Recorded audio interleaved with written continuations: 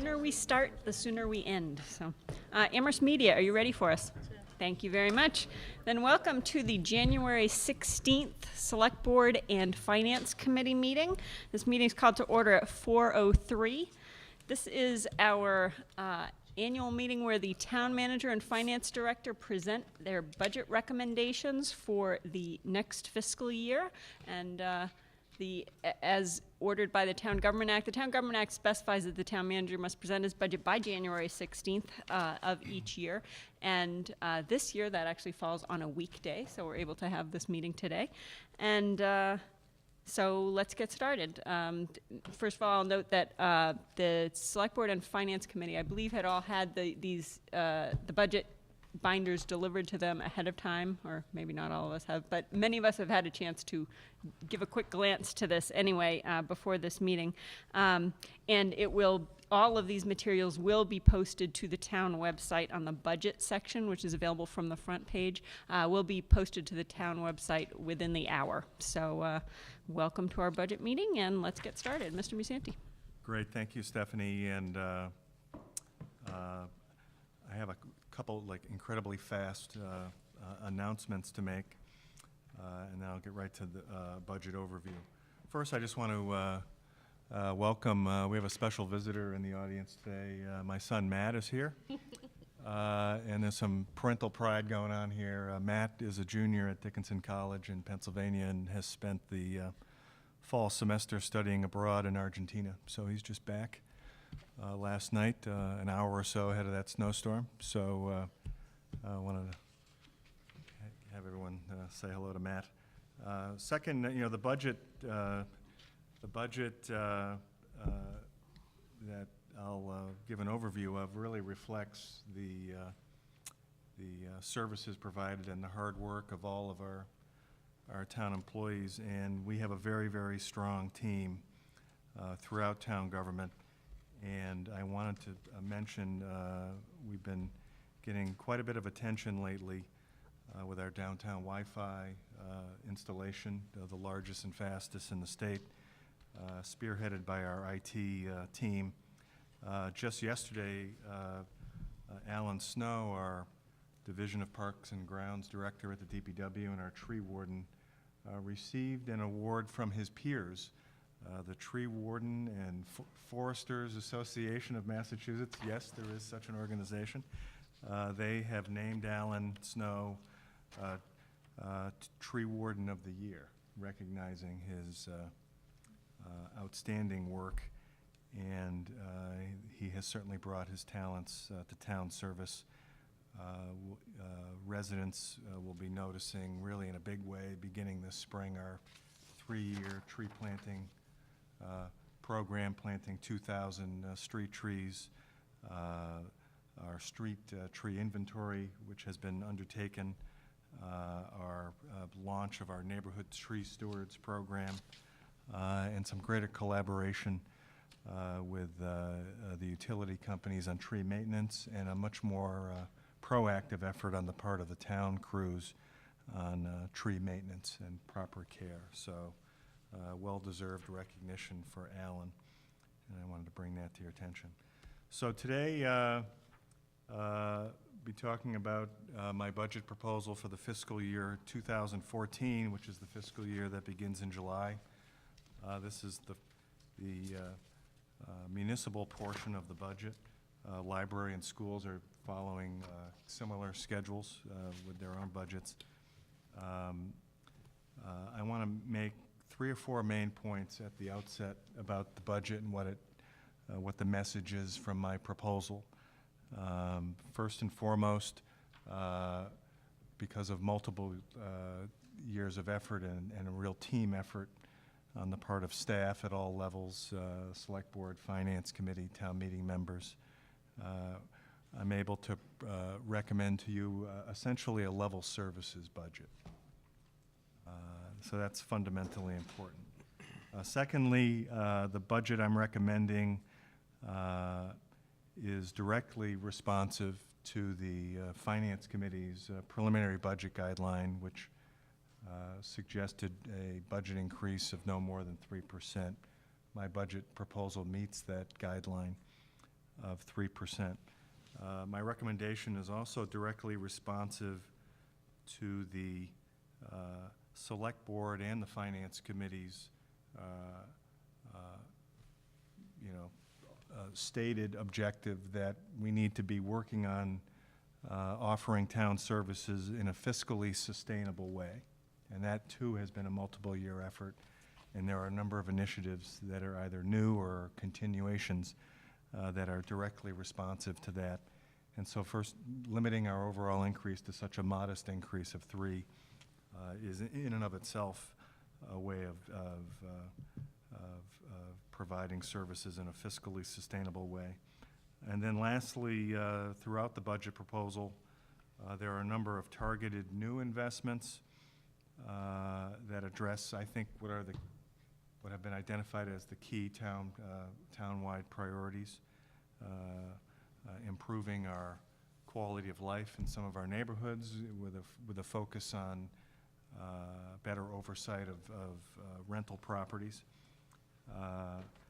The budget, it's not an accident that the budget document this year is green.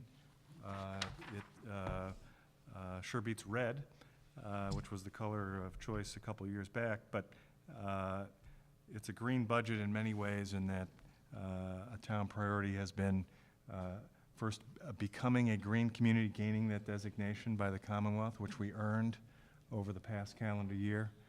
And there's a lot of energy efficiency recommendations contained in the budget proposal that you will see. And then I also have specific recommendations on how to address our human service agency needs with the likely reduction in our community development block grant funding for the coming year. First, on the general fund, which is the majority of our town services, town hall, DPW, public safety, community services, all of the programs run at the Bank Center, public works. Budget recommendation is $20,170,691. That's an increase of 3% over the current year. Also in this proposal are recommendations for our so-called enterprise funds. Our water fund has an 8.6% increase, but is no rate increase is necessary. Sewer, 2.9%, very tiny rate increase is recommended. Small decreases in both solid waste and transportation fund budgets that I'll come back to. Again, 3% budget growth. We've prepared the budget with the kind of sober realization, and it's a continuation of recent history at least, that most of our incremental revenue growth to support this budget will come from local sources. The property tax, local fees, et cetera. I assume only a very tiny state aid increase of less than 1%. So it's really local revenue that supports this proposal. I've used the word fiscal sustainability and level services.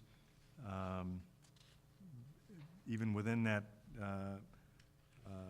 those constraints, there are a number of areas that I've highlighted in my transmittal letter.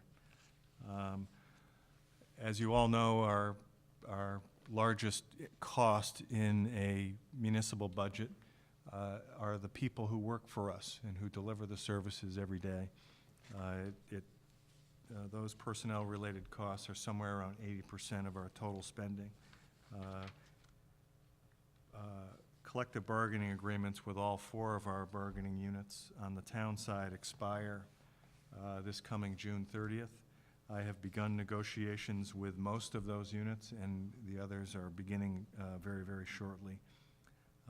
I am committed to settling those contracts in a timely way, and committed to reaching agreements with each that are fair and equitable and are within the amount that the town and its taxpayers can afford.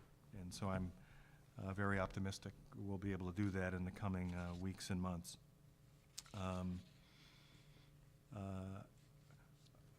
A major portion of our personnel-related costs are related to employee benefits. Our employee retiree health insurance for the second consecutive year, our working premiums, we're self-insured to provide health benefits to our current and retired employees. Those will remain unchanged, no increase. And that is in direct contrast to the industry trend. And that is, so that's very positive. Even with the progress we've made, particularly over the last 5 years,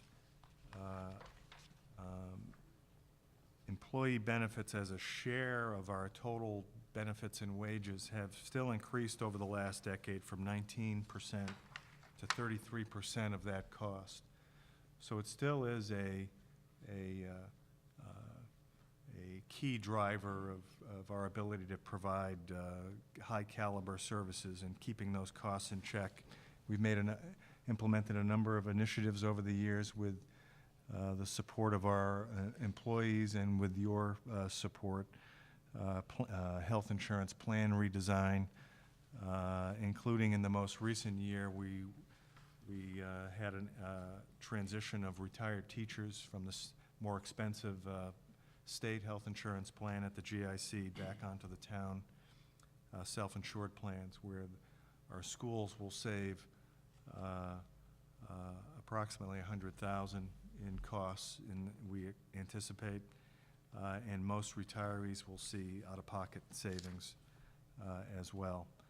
We've also been able to address another longer-term fiscal sustainability type issue.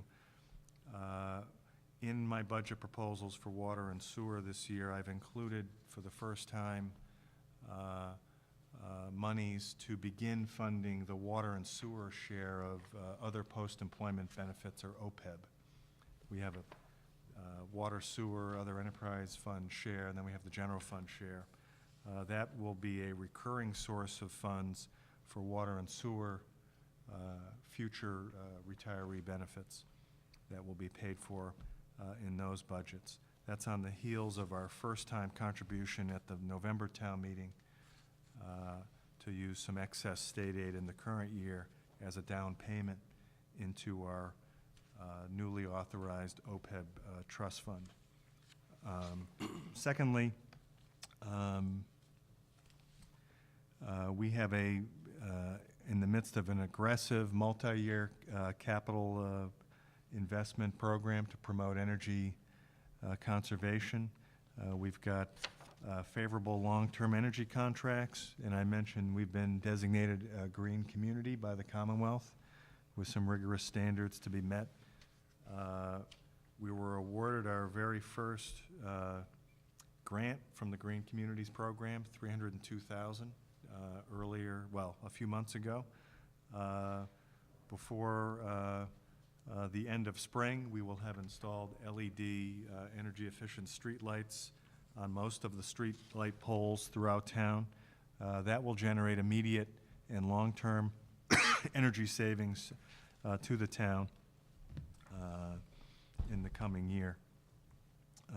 We've essentially been able to level fund our utilities budgets with the exception of our street lights budget, which you'll see an actual decline in the budget of about $40,000. In general government, which is really primarily the town hall departments, modest increase, couple highlights there. Our town meeting finance committee budget, I have included $1,000 of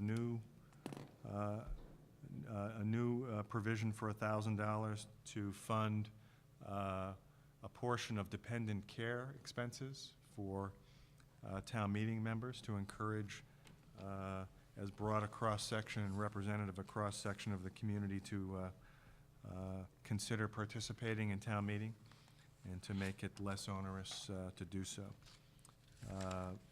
In the human resources budget, Our new Human Resources, Human Rights Director, Deb Redway, has completed an audit of HR strengths and opportunities throughout town government, and you'll see a number of initiatives in the human resource budget focused on training and other basic human resources functional improvements in the coming months. Finance, there's a focus on continued embracing of technology to improve how we do our work. We expect to launch paperless billing in the next few months. First on a pilot basis, but we hope to have that become the new normal over the next couple of years.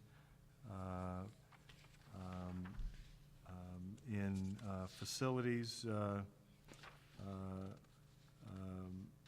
you know, we're taking on some new obligations in terms of operating costs at the North Amherst School as the survival center space has become vacant. And in our IT department, I mentioned the Wi-Fi network being launched as a key initiative. In public safety, the budget is officially level services, but call volume continues to grow for both police and particularly ambulance, EMS calls. But our responses are not status quo. On the police side, we have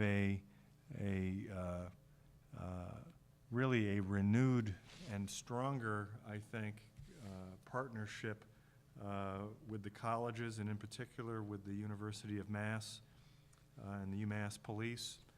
A lot of dialogue, chief to chief, town manager to university officials. The university launched, UMass Police launched this fall in collaboration with the town of Amherst Police, some directed patrols in the neighborhoods immediately surrounding campus, in particular the Fearing and Phillips Sunset neighborhoods. You can expect to see more of that and an expanded version of that as we head into the warmer weather in the spring. So higher visibility, deterrence, we think are very positive steps, and we want to build upon that. On the EMS side, again, level services, but I've undertaken with existing resources with our Fire Chief, Chief Nelson, and the men and women of Amherst Fire Department. We've in a very targeted and strategic way, have increased staffing levels on high peak periods, typically in the warmer weather of the early fall and in the warmer weather of the early spring before graduation. I've had staffing levels as high as 11 on some shifts. You can expect that to continue. I'm also working very aggressively and collaboratively with UMass leadership on ways that we can work together to reduce the demand for services, because it's not all about response. It's also about how can we reduce the need for ambulance calls for young people. And we're looking at things like potentially things like detail ambulances and all those kinds of things in collaboration with the university that can stretch our resources further without crippling the town budget. Public Works, again, level funding, level services. I want to mention on the energy savings related to streetlights, my recommendation is to reinvest every nickel of those savings, which total about $60,000 from a variety of sources, but primarily the LED streetlights. Reinvest all of that back into the highway division, which is really our streets division. We have, as you know, a structural issue where a portion of our workforce in the DPW is funded by project money, grant monies, and capital dollars. That has allowed us to get some of those projects done and preserve staffing levels, but it gives us less flexibility on some of the day-to-day maintenance work. And so by reinvesting those energy savings back into the work crews, that's going to allow us to be more responsive on things like pothole repair and other basic maintenance. And it will also allow us to use more of our project and grant money for the actual bricks and mortar investment in our roads and sidewalks and things like that. What else? Conservation and development. I want to touch briefly on our community development block grant situation. We've lost our mini entitlement status, which entitled us to a $900,000 a year award in federal grant funds for social service and non-social service needs, primarily benefiting low and moderate income people. In my discussions with state officials, we are feeling confident that we will get at least half of the amount in the coming year. And we have been encouraged to apply on a competitive basis for most, if not all, of the current amount. So we plan to apply for at least $800,000, possibly the full $900,000 by the February 15th deadline. That suggests then that our worst case scenario on the social services portion of the block grant, which is 20% of the total, or about $180,000, that the worst case is a $90,000 reduction in the amount funding social service agencies from the block grant, things like the Craig's Doors, emergency shelter, Big Brothers, Big Sisters, agencies like that. My recommendation is that remaining $90,000 is not included in my budget recommendation, but I am recommending that the town consider a special article at the spring town meeting for $90,000 as a placeholder in case we don't get some or all of that gap closed with grant funding. The first priority is to earn and achieve the grant award, but failing that, my recommendation is to pursue a special article at the spring town meeting while we further consider a longer-term strategy. I also want to acknowledge my newly named but hardworking and long-serving Director of Conservation and Development, Dave Zomack, who I've promoted in recent weeks to also serve as Assistant Town Manager. He is chairing a Safe and Healthy Neighborhoods Work Group that has 18 members on it, and they are hard at work developing recommendations by around March 1 to me that should form the basis for town meeting recommendations for the spring town meeting related to oversight of rental properties, inspection programs, things of that nature. That's been identified by the select board and others in town meeting, quite frankly, as a top priority issue to work on many aspects of, and that is a major focus of our time and energy in the coming weeks and months. On community services, I'm recommending a very slight increase of 0.9%. I am recommending a $25,000 increase in our veteran services budget for veterans benefits. Those are eventually reimbursed 75% by the state. We have a very successful and growing regional veteran service district that we are a member of. 2 additional communities have joined, Hadley and Middlefield. And we're really proud of our efforts serving our veterans and their surviving widows. This will be the second summer of our refurbished War Memorial Pool being open to the community, and our goal this year is to operate that successfully and encourage more members of the community to come and enjoy it. I've also mentioned our enterprise fund budgets. Water While there's an increase in the budget there, there's no rate increase recommended. We have some, that increase is, we think, will be funded by new water revenue related to new customers at the university as the Commonwealth College dormitory complex opens up this fall. That will generate water use revenue sufficient to pay those bills and allow us not to have a rate increase. Sewer will be active on our sewer extension capital program in the Harkness Road and Wildflower Drive area. There is a very small increase of 2.9% on the sewer rate. That works out to about $12 per year for the average four-person household in Amherst. None of that is going for the sewer extensions because that, as we talked about last fall, is being funded as we retire old debt. This new debt is replacing it, but it's kind of the incremental costs of running the sewer system that is driving that rate increase. Both water and sewer will have OPEB liability contributions for the first time, which is a real milestone. Solid waste, tiny decrease in that budget. The main focus is really on long-term planning. Our regional refuse and recycling committee looking at long-term strategies about our transfer station operation as well as waste disposal options for the town. Transportation, a small decrease. It's really the capital side. We had a pretty significant investment last year and the current year on parking system improvements, parking machines, et cetera. The dollars are scaled back somewhat this year.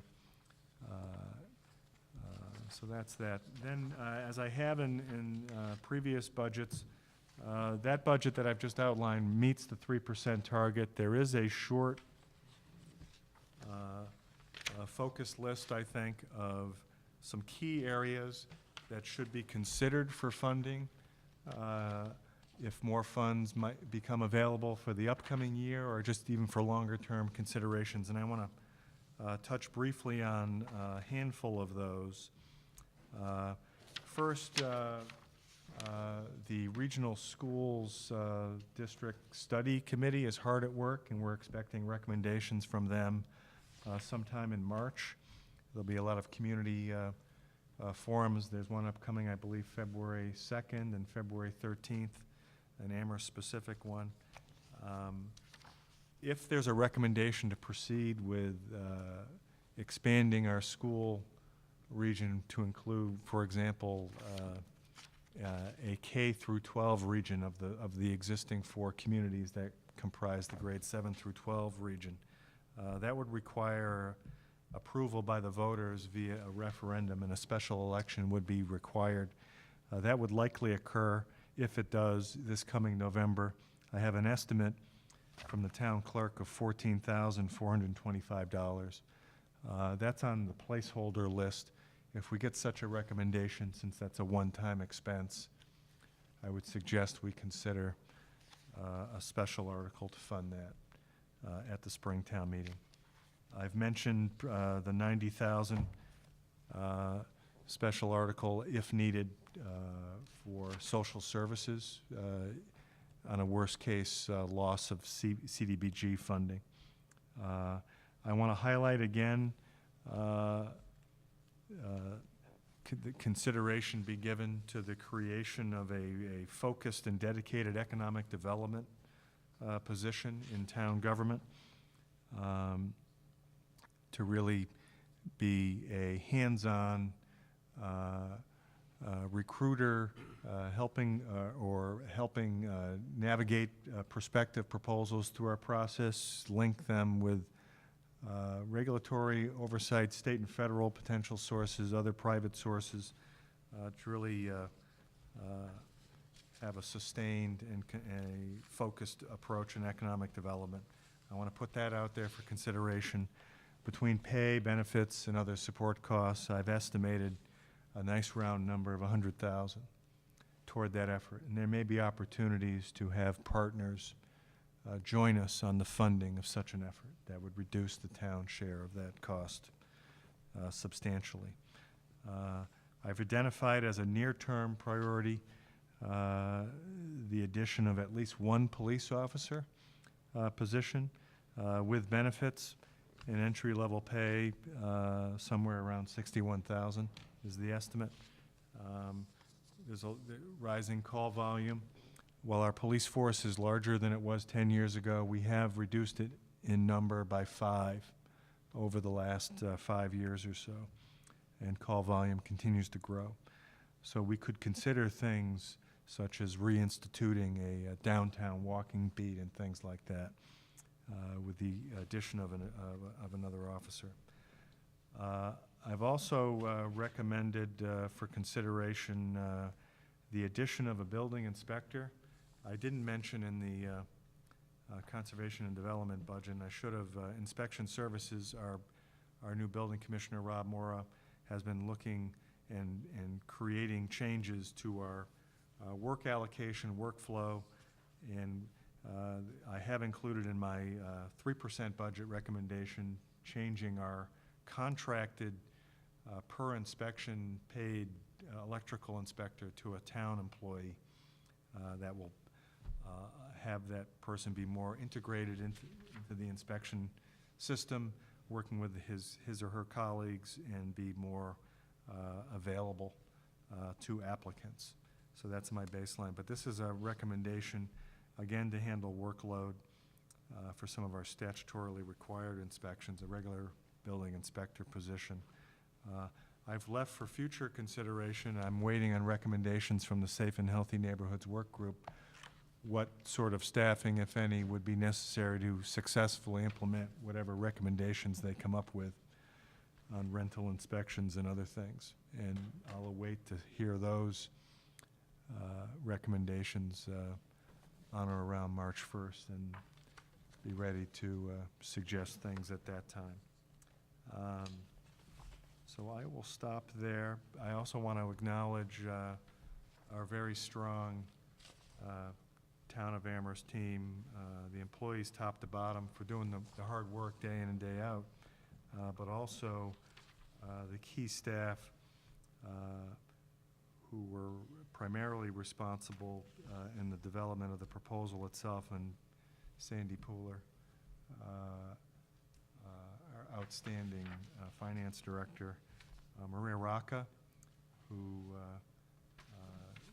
you all know from IT, who also is our financial analyst, our comptroller, Sonia Aldrich, and then her first budget involvement in the town of Amherst, our new HR director, Deb Radway. All did an excellent job. So I'll stop there and see where you want to go. Okay, thank you very much. Thank you for an excellent summary description of what's contained in the budget, and thank you and Mr. Pooler and staff, as you noted, for bringing us once again a budget that is on time and is aligned with the priorities established by the Select Board and the Finance Committee, and we really appreciate that. It is a very dense document, and we've all only had a first chance to glimpse it, so there will be continued discussion of this document at all of the Select Board and Finance Committee meetings leading up to town meeting, but I'm sure we also have some questions to start out with, so I will first call on Andy Steinberg, the Chair of the Finance Committee. Okay. Well, I want to first join Stephanie in thanking you, John, for getting us a budget that was delivered on time and responds to the Finance Committee and Select Board guidelines. And I know that it was difficult because the needs of our town and what our staff could do if we had more resources is tremendous. And I know that you had the challenge as the chief executive to work with the staff and try and boil their needs and wishes down to what could realistically be funded, and that is not an easy task, and so I appreciate that you had undertaken and did it well, and so I thank you and all of the staff. I'm not going to ask any questions about specific line items today. As Stephanie noted, this is the beginning of the process. Others of the committee may have specific questions, and others, the Select Board, of course.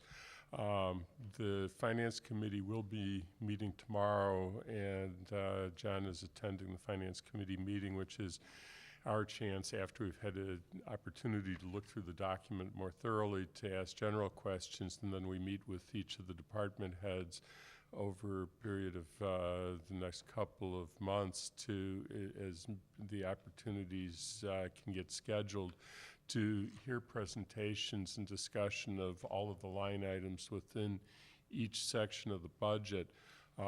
All of those meetings are recorded by Amherst Media for later broadcast on Channel 17 and available online through the Meetings on Demand, so I just want to note that for the public.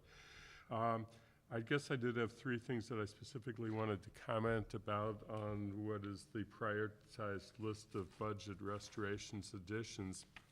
One is in my other role as chair of the Regional School District Planning Board, to acknowledge and thank you for including funds for a special election if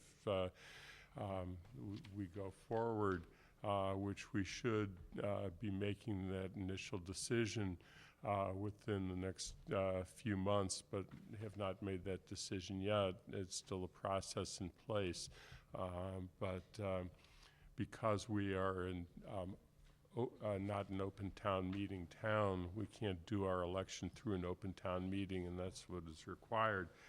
Two other things, though, that I wanted to note. One is that in the list, there was nothing for additional funding for OPEB, and if you know, you put it forward as an indication of things that eventually should be funded either this year or in future years, but as a statement of priorities. And we had set up a policy of creating a line item to fund future OPEB obligations, and so it's not that I'm particularly pressing for it this year, but I don't want it to be omitted from the conversation. The other thing that I guess I'm a little bit uncertain about is this idea of going with an additional article to the annual town meeting around social services, additional funding if it's needed to maintain social services. It has been the practice in this town and practice in the Finance Committee's approach that the budget is a consolidated document and that we don't encourage additional motions that are outside of the budget motions themselves to add money for any purposes because it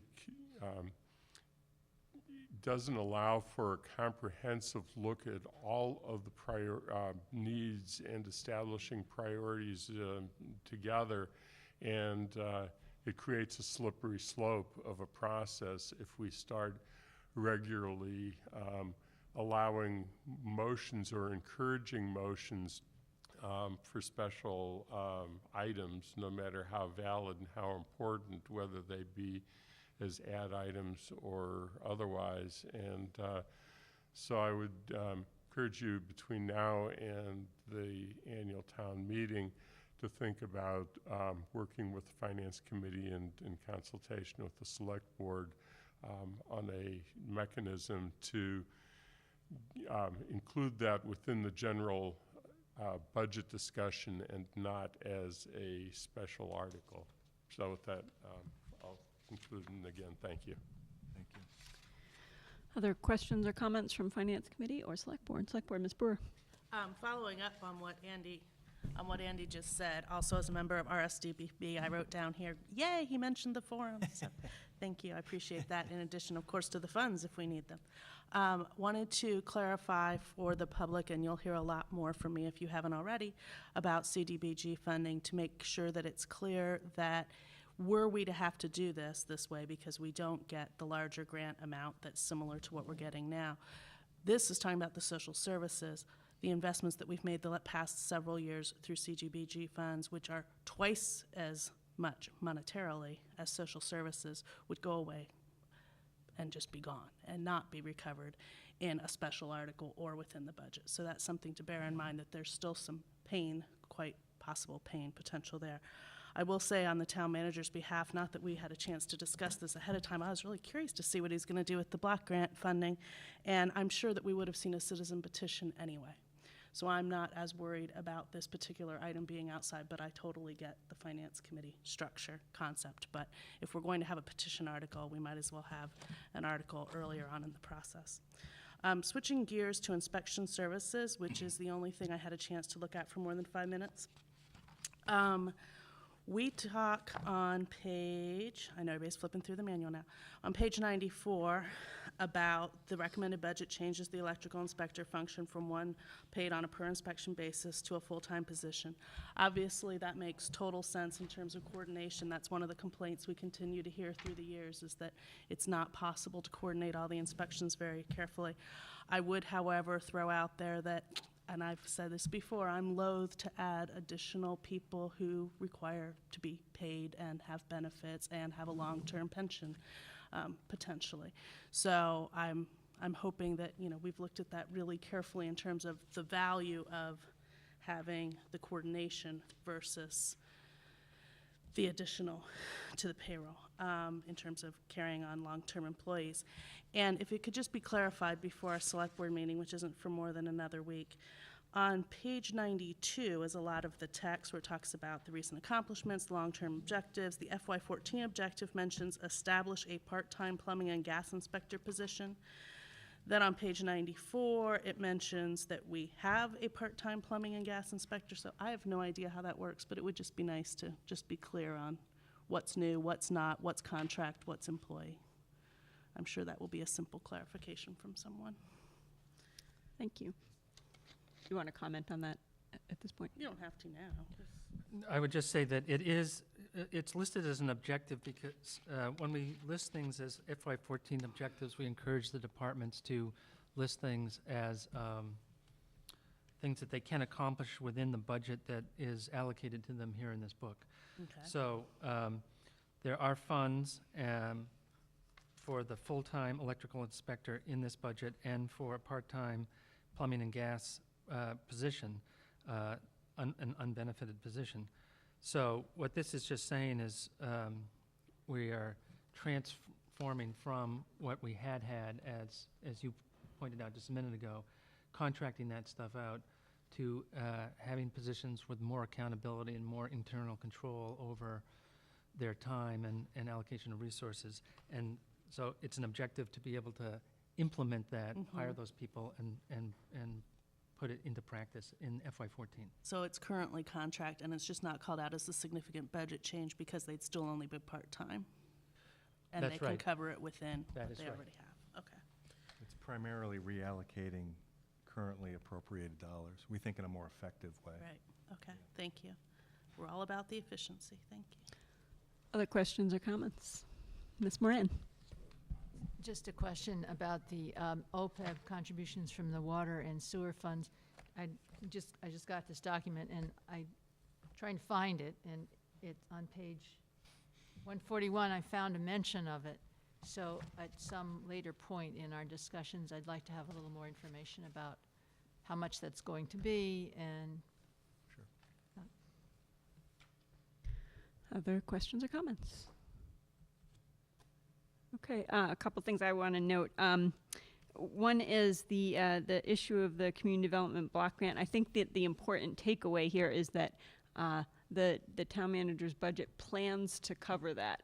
To the point about it being a question, a separate budget, separate article under the budget is actually, and I mean we can consider this as a policy, but my first reaction to it is, as Mr. Musanti said, this would be if that money is not found otherwise. So that would essentially be consistent with our past practice of having a bridge to a new reality, a bridge to a new funding opportunity. So as Mr. Musanti said, he expects all of the social service funding, not the non-social service funding, as Ms. Brewer pointed out, but all the social service funding to be covered in this budget year, either through through grants and the other opportunities, or through this potentially separate question, as part of a year's worth of planning on what happens next year, what happens in the future, assuming that our status is not re-upped. So I think it's an important takeaway that social service money is covered in this plan, at least with the last resort being the additional article. Other things I would note are I really appreciate the org charts for every department that are included this year. Last year they were in some of them. This year they're in all of them, and I think that's really fantastic, incredibly helpful thing to have, so thank you very much. Another thing that I'm not sure if it was in past year's budgets or not, but I thought was fantastic, on page 44, under facilities maintenance, it talks about the service levels, and it notes the really dramatic decrease in electricity usage over the years. So since FY08 to FY12, it goes from 641,000 kilowatts down to 518. It's really nice to have that information here, quantifiable. So that has that for the different categories. So I thought that was terrific. Let's see, anything else I wanted to note here? No, I think those are my general impressions. Other questions or comments from anyone at this point? Ms. Tileman, Question. could she get a mic, please? Make sure she's speaking into the mic. Thank you. The 80% of the budget is for personnel. Is the 80% just calculated on the general fund or on the total amount the town spends, which includes the other funds? I think when we talk about the 80%, we're talking about the general fund, salaries, wages, and benefits together. So pay plus whatever benefits we're providing, like health insurance. Why don't we use the total town budget? The reason I ask is because the town provides services, and services require people. And I've been as guilty as saying, well, 80% of a budget is people. But when you're providing services, it's provided by people. So I guess I have some, To tell you the for truth, I would myself, have some to go issues. back and double check. I could give you a precise number on where it comes from, but I think it's probably as true with the other funds as it is with the general fund. I mean, it's okay. all of those departments. I mean, just if you think it, for example, of solid waste, I mean, it's really the people there who are running the transfer station. It's not that we have a lot of big costs for disposal and so forth. So I think it's pretty much true across the board, but I can confirm that when we meet tomorrow. Okay, thank you. Other questions or comments? Select Board? Finance Committee? Okay, so as I mentioned, and as Mr. Steinberg said, these conversations about this budget will continue at all the subsequent Select Board and Finance Committee meetings leading up to town meeting. This information, if it's not already on the website, it is already on the website. So thanks to Deborah Roussel in the Select Board Town Manager's Office. This information is all on the website, so community members and especially town meeting members are encouraged to go through it. Your questions can come anytime to the town manager or the finance director, either through email or at our meetings as noted. You don't need to wait until town meeting to get your questions answered, so please feel free to do that. And I think that's everything. Mr. Musanti. Yeah, I would just, one commercial in terms of the upcoming calendar. That calendar includes tonight. I would encourage you to listen in at 7:30 tonight, the Governor Patrick's annual State of the State address in Boston. You can expect him to make some major announcements tonight related to needed investments in transportation, infrastructure, roads and bridges, public transit, including public bus systems like the PVTA, and as well as public education, both K through 12, early childhood, and higher education, including the university. So it should be very interesting, and we'll hear the governor's kind of big picture thoughts on that tonight and his specific budget recommendations next Wednesday, the 23rd. So that's another key calendar item related that will directly impact our talk about the town and school budgets going forward. Thank you very much. Okay, then if there is nothing else, this meeting is adjourned at 4:53, and thank you all for tuning in.